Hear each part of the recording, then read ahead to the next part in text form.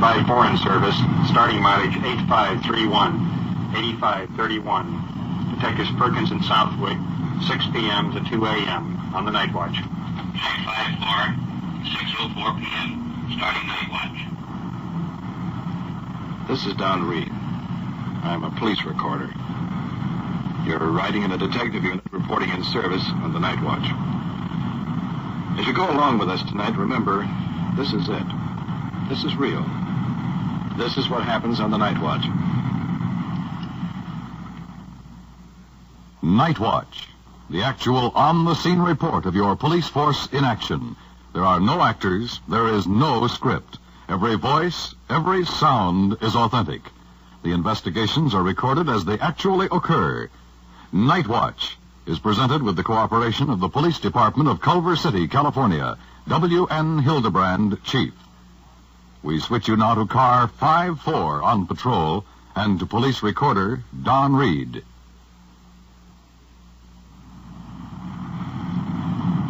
We've been patrolling now for a little over 3 hours. Things are pretty much routine. A few moments ago, we took a stolen car report, but at the present time, we're cruising west on... 4 at Venice and Elma Drive. That's Venice and Elma Drive, a traffic accident. Advise if an ambulance is needed. Your call is code 3. Car 5-2, this is 5-4 at this call. 5-4, 10-4.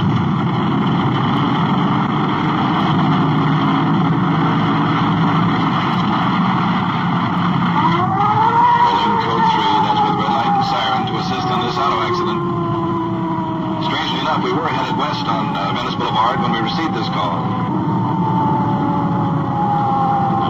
As soon as we round this curve up ahead, we should get the location. Hold on now, we're making a turn. One more intersection to go now. There goes our siren for the intersection. In fact, there it is, directly ahead. Appears to be just one car involved. At least I don't see any others. That one is upside down and resting on its roof. Doors flung open. Out on the street now. Officers Ellis and Edwards in car 5-2 are already checking out the smashed vehicle. Strong smell of gasoline in the air. Apparently just one person involved. Driving the car? Sergeant Perkins is checking out the victim. I was coming down the street, and somebody's coming against me, and I turned to avoid the collision. And that's what happened. Came over here. Did you skid over here or what? Lose control of the car? Well, I can't really tell you what happened. The car lost balance. The car lost its balance. Yeah. So you're injured at all? Pardon? Did you get hurt at all? Are you injured? No, sir, I'm not. Been drinking tonight? Yes, sir, I have. How much you been drinking? I had a couple of beers. Had more than a couple, haven't you? That's all. Just 2? Yes, sir. How long ago? Oh, about 2 hours ago. You're very fortunate to get out of this accident without being killed. Well, my car's out of balance. The guy that I bought it off of, we're going to have it fixed up tomorrow, see? The wheels are out of balance. Well, your car's out of balance now, that's for sure. You take a good look at that. Just stepping back for a moment. The officers are involved in considerable double talk with the driver of the car right now. But in the interest of getting the facts, they're going along with it. At least for the moment, anyway. And then again, there is the possibility the officers may be subpoenaed into court to testify regarding the accident, and the victim is entitled to have his version presented. And speaking of him, the subject in this case is waving his arms right now and gesturing wildly, trying to explain to the officers, who, by the way, are from time to time doing a little ducking. So having had a little experience in the art of self-defense myself, let's move right back on in. Well, you're very fortunate that you weren't hurt and somebody else wasn't hurt. That's the main thing. Who was hurt? I say you were fortunate that nobody else was hurt. No, I avoided the other car. Like a fool, I cut out of the way. And I'm over here upside down like a fool, like I didn't even know where I'm at. Now, if you hadn't been drinking so much, you probably wouldn't have even come close to an accident. Are you kidding? No, I'm That not guy was on the wrong side of the street, and he was coming at me. Well, it seems What am I going to do? seems to me that you ended up on the wrong side of the street. What was I going to do? What side did I he had pass to you? cut out of him. Did he pass you on your left or your right side?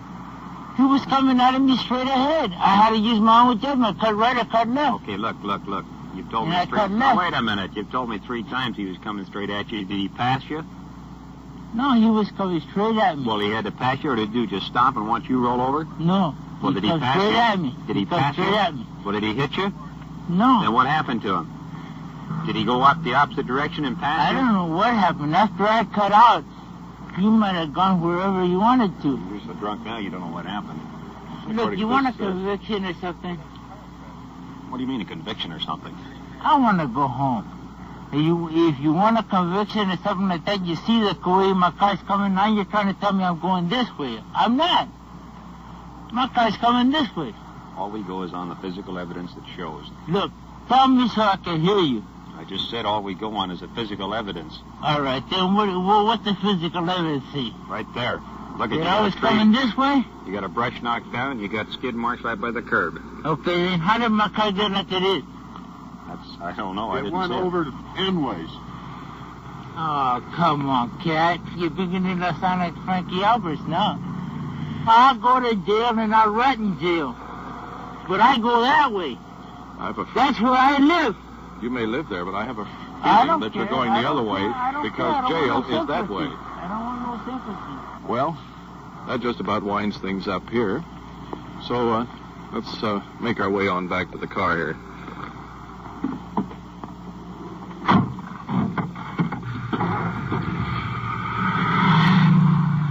You know, Sergeant, I couldn't help but be amused at that fellow back there. I know it isn't very funny. Don, you remember the drunk we had last week, the one that hit the telephone pole? Yeah. Remember when we had to go up and tell his wife she was a widow? It wasn't very funny either.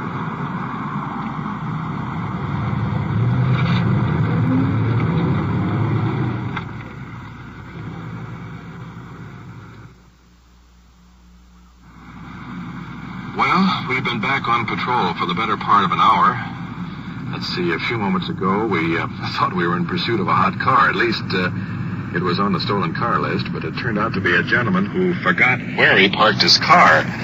Reported it stolen, and then remembered where he left it and forgot to call the police. So the result was a very surprised driver when we hauled him over to the curb. You never know, do you, Sergeant? No. Don, you notice that young boy walking across the street there? Where? One of the newspaper owners are. Oh, yeah. Yeah, I see him. I'll bet you 10 to 1 he stole that newspaper. What do you mean? Well, I've stopped that boy at least 15 times the last year. Same thing, stealing newspapers, magazines, petty things. Let's go over and have another talk with him. Okay. Well, let's get out and see what this is all about.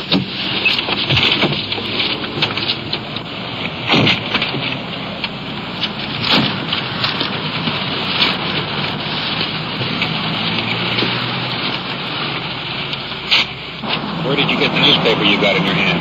At the stand. On Washington Boulevard? Yeah. What did you use for money? I just wanted to read the paper. I would bring back. Did you put any money in there? No. How many times have I told you about this taking of newspapers and things that don't belong to you? I was going to return it as soon as I What read time the did you comics. take it? All around 6:30, 7. Around 6:30, and it's now 11:30, and you're going to take it back. You think that they're going to be able to sell that newspaper now? Yeah. You think they will? I just wanted to read the comics. What are we going to do with you on this taking of things that don't belong to you? It's only 10 cents. I mean 7 cents. It doesn't make any difference how much it is. Would you like to have somebody take something from you that's worth 10 cents and keep doing it all the time? No. Well, then why do you do it for somebody else? I didn't think. We ought to put you someplace where you'll do a little thinking. I think we'll start by taking you home to your mother.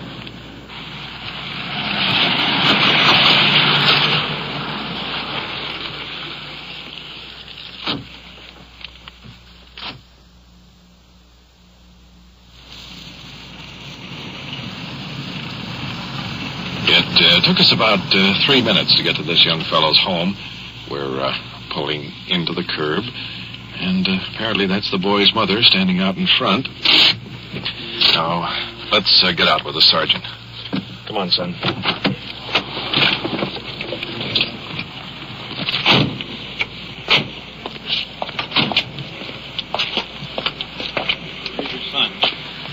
he? He was walking down from the theater. There's a newspaper that he took off of the stand without paying for it. What are we going to do about him? This is stealing? And you're supposed to be home at 10? Well, what am I supposed to do with you? I thought you were a good boy.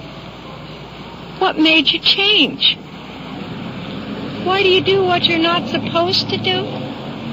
Didn't I explain to you that even though you see a straight pin and you think it's nothing, any kind of a thing that you think is nothing, it's still, if it belongs to someone else, that might be precious to that other person. And you can't steal. It's one of the 10 Commandments. Don't you believe anything I tell you? Yes. Well, why do you do those things? Do you realize that what you did tonight, I don't care how small it is, that's a mortal sin. God didn't say how much or how little to steal. He says, thou shalt not steal, didn't he? Even if you'd starve to death. God wouldn't let you starve. He'll take care of you. But you don't have to steal. I don't understand. I don't know whether I say the right things or not sometimes. Here is the newspaper. I would suggest that tomorrow morning he go put 7 cents in the stand where he got it. And then I think maybe both you and your son should come down to the next juvenile hearing. It should be next Wednesday night. Let's find out what's going on and see what we can't get this boy straightened out. Could you look in once in a while? Sure. That might help. Sure. I'd be very happy to. Appreciate it. Very happy to. Thank you, Paul. All right. Don't worry about it. We'll work it out. Okay. You let me know if you got any problems. Okay? Good night, man.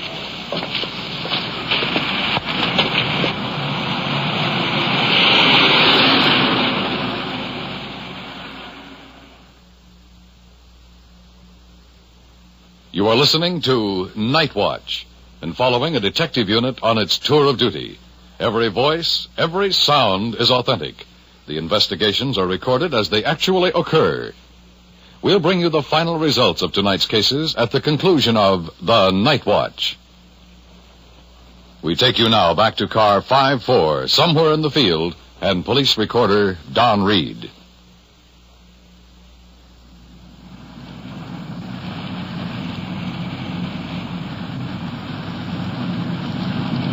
We're back on patrol again. We may run into a bit of weather before the night's over with. Just kind of glancing out the window, a strong wind is whipping the trees along the street.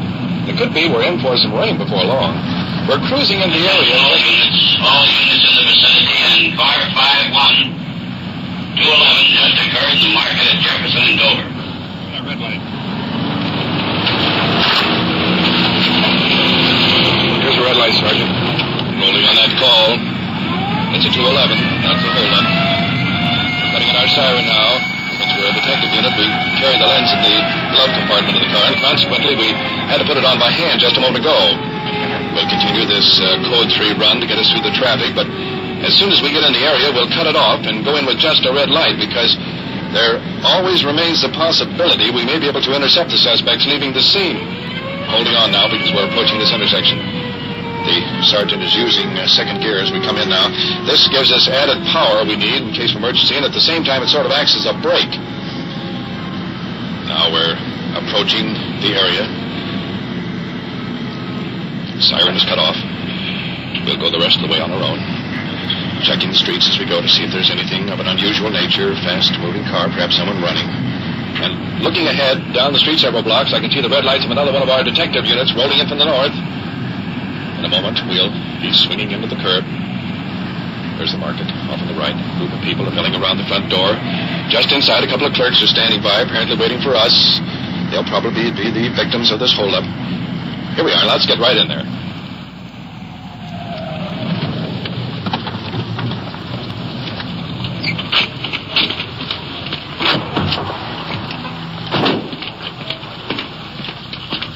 I'm Sergeant Burton of the Police Department. This is Lieutenant Collin. Here's our identification. You had a robbery in your store just a few minutes ago. Yes, sir. Let's go. Can you tell me what happened, sir? Well, I ran up while the young fellow was just then stepping back away from the register after she had slammed the drawer on his fingers when he tried to reach in. And as I got there, the elder fellow was standing at the end of the check stand. He drew his gun and commanded the younger fellow to get back in and make her open the register. You're the clerk of the store, ma'am. What did you observe? Well, they walked in and asked me where the peanut butter was. And I showed the young fellow where the peanut butter was. And he came up the check stand. And as I opened the drawer, he put his hand in the drawer.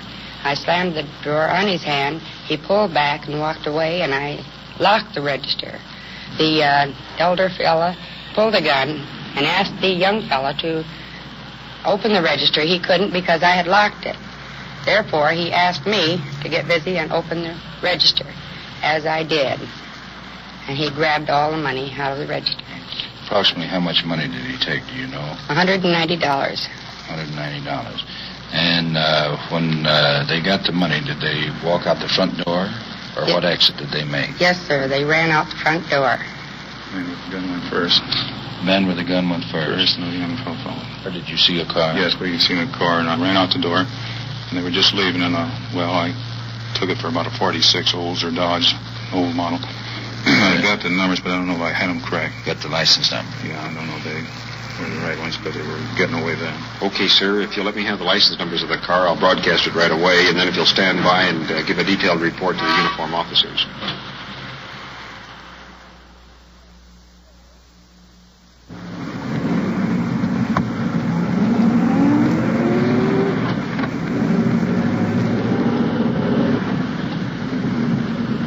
At present, I'm riding in an undercover car with Detective Sergeant Ward and Detective Walter. About 4 hours have passed since the holdup, and here's how the investigation has progressed so far. Using that license number obtained by a citizen, we telegraphed Sacramento and located the registered owner, and he has a police record. And we've identified him as the younger one of the pair. Sergeant Perkins and his partner have gone to downtown Los Angeles to check out some fingerprints found at the scene. We ourselves here in Car 55 have checked out 3 known places frequented by the suspect, but we've had no luck so far. That is until a few moments ago when Control 1 radioed the younger of the 2 suspects was sighted in the Bay City and known to be heading for an address in Los Angeles. Detective Walter is contacting Control 1 by radio. 55 to Control 1. Would you contact the West Los Angeles station and get a hold of Sergeant Barr of the felony detail and tell him that we're en route to the location to stake the place until we get there. 10-4.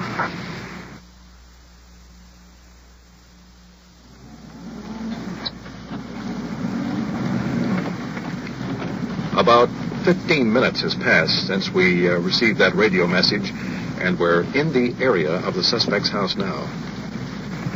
Turning a corner, this should be his street. Now we're cruising by the house and checking cars as we go. There it is. There's his car over on the left-hand side, and just looking back at the license plates, that's it, all right. A little tension is building up in the car. I can feel it. Coming up to the corner, and across the street in the shadows are a group of officers, some plain clothes and some in uniform. That would be the L.A. Felony Unit. Now we're pulling into the curb, and in just a moment we'll get out of the car. Now we're crossing the street. There's a slight rain falling right now, and the wind makes it icy cold. Let's cross on over now to the officers. I'll brake for it. We'll be able to follow him in the car. Do you know him, Mike? Yeah, I booked him once. Well, let's, why don't we start all these automobiles where we can use them? Well, suppose the uniform men take the car, because they got a red light and siren, they're in uniform. And the rest of us guys take the apartment. Okay. In case that car takes off, you guys don't let nobody take it away. And he's paid for. Okay? Huh? He's paid for. He's paid for, okay. Okay. That means he's the one. He's armed, considered dangerous. Don't take any chances. Why don't one of you call the city boys go with our guys? Was there just 2 of you? Yeah, 2 of us. Well, one of you guys ought to go with us, and I'll go with Ward, and Walter, you go with the sergeant. Okay, fine. Okay. You know the guy. Yeah. Following the officers down the street now. Shotguns are out. They're walking very rapidly. Officers are running now. So am I, to get out of the light. Try to get under the cover of these trees. Here's the picture. I'm back in at the trees. 2 plainclothes officers circling the house from the rear. 3 are out in front. Now let's wait and see what happens. There goes 2 officers in the front door. Just across the way from me. I can still see 2 officers staked out in back. And from my position, they're in the dark, but I can see their shadows. Incidentally, the revolvers are drawn. There's the signal. They've got him. Let's go.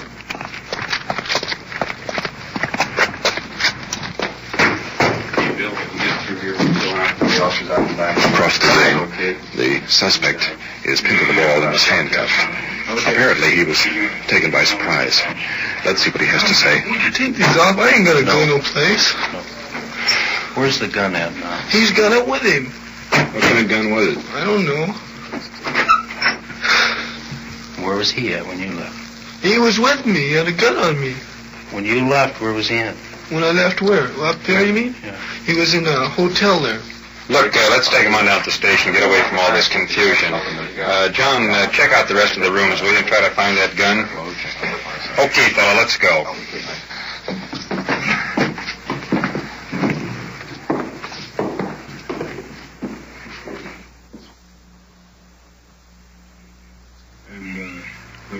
We are located now in the Detective Bureau at Police Headquarters. Here's the picture. The suspect we just put under arrest at his home is sitting at a desk and is being questioned by Sergeant Ward, with Sergeant Perkins and Detective Waller taking notes. The interrogation has been going on for about 30 minutes. Now, just a point of clarification. We have 2 bandits involved in an armed robbery. The young suspect we have in custody. The older suspect is still at large. Now, Sergeant Ward is questioning the younger one here at the office about his part in the robbery, and at the same time is trying to get more information regarding the older suspect. And he said, pull into the store there, so I turned left and stopped. You know. And there was no other car there then. And so we just got out, and I just got out and walked in the store normally, and he said, he stood there at the gate door, you know, waiting for me, you know. So I asked the lady, I said, where's the peanut butter at? And she said, over here. And she handed me a little jar, you know, and I said, no, I want the big size. So she gave me the big one, and I walked to the cash register, and he whips this gun out, and he says, okay, lady, stand aside, get the money. I reached out, and the lady shut the thing, and she said, you go and get out of here. And I stepped back, and I started to walk out, and then she started calling. This guy was working there. He looked at me, and so I just pushed it like that, and it wouldn't open. And he said, open the cash register. And I just took the money out. And I looked at him, and he said, okay, go on, get in the car, you know. Where'd you put the money? In your pocket? Right here in this pocket. You didn't put it in a bag or anything like that? I just stuck it right in this pocket. And so I walked out to the car, and then he jumped in the car, and he said, you're in this just as bad as I am. And I said, you better get out of here. So I started the car, I got scared, and I took off. So I told him, I said, well, you're going to get caught. I said, because the guy got my license number. And he said, well, maybe you're going to get caught, but I'm not going to get caught. And so he says, the best thing for you to do, he said, you better get out of town until you get some money, you know. Because he said, if you want to get 10 years, it's okay with me. So I drove down the street, and I parked in front of my house, and he said, okay, give me the money, you know. So I reached in my pocket and pulled it all out and gave it to him, you know. How about any other jobs that he told you about? He said he'd been doing it for a long time? He said he'd been doing it ever since he was 16 years old. Perkins. Well, it's probably just as well you didn't try to go out that back window. Probably wouldn't be talking to us now. The suspect is being escorted out of the office, and I've just been handed a note stating that the 2 victims of this robbery are here at the station, and in just a moment we'll head for the cell block and the lineup.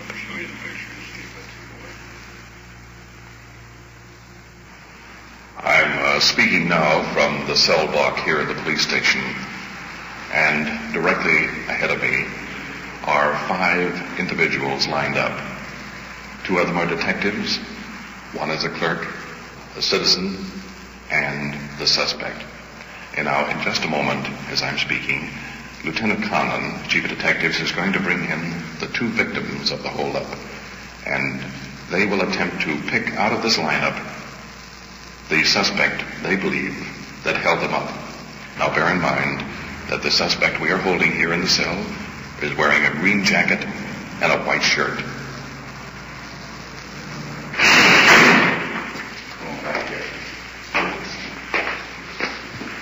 Look over this group here and see what you can see if you reckon.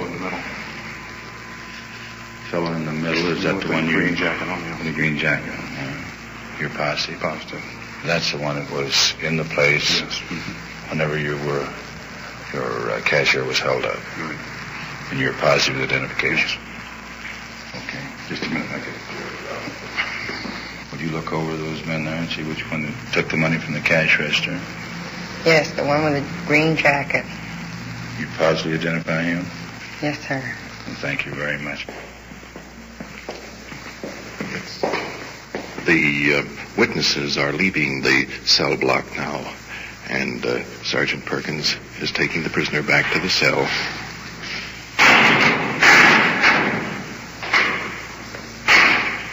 Well, Sergeant? Well done. 1 down, 1 to go. You have been listening to Actual Investigations as recorded from Detective Unit 5-4 on The Night Watch. And now back to Police Headquarters and Chief W.N. Hildebrand.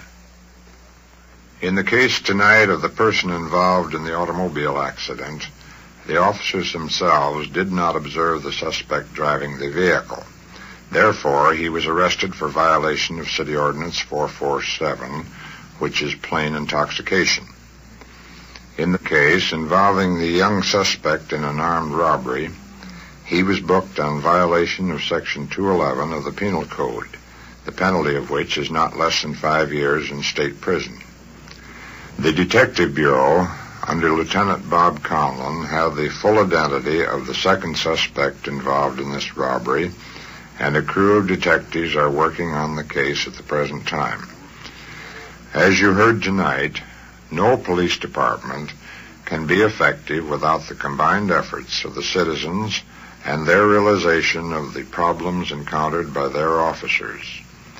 If, through this program, our department can further that cause, then our efforts shall be well rewarded in bringing you Night Watch. Thank you, Chief Hildebrand. You have just heard on-the-scene reports of your police force in action. Every voice, every sound has been real. Night Watch is brought to you through the cooperation of the Police Department of Culver City, California, and is produced by Sterling Tracy and Jim Hedlock, with technical advice by Police Sergeant Ron Perkins, and is described in the field by Police Recorder Don Reed.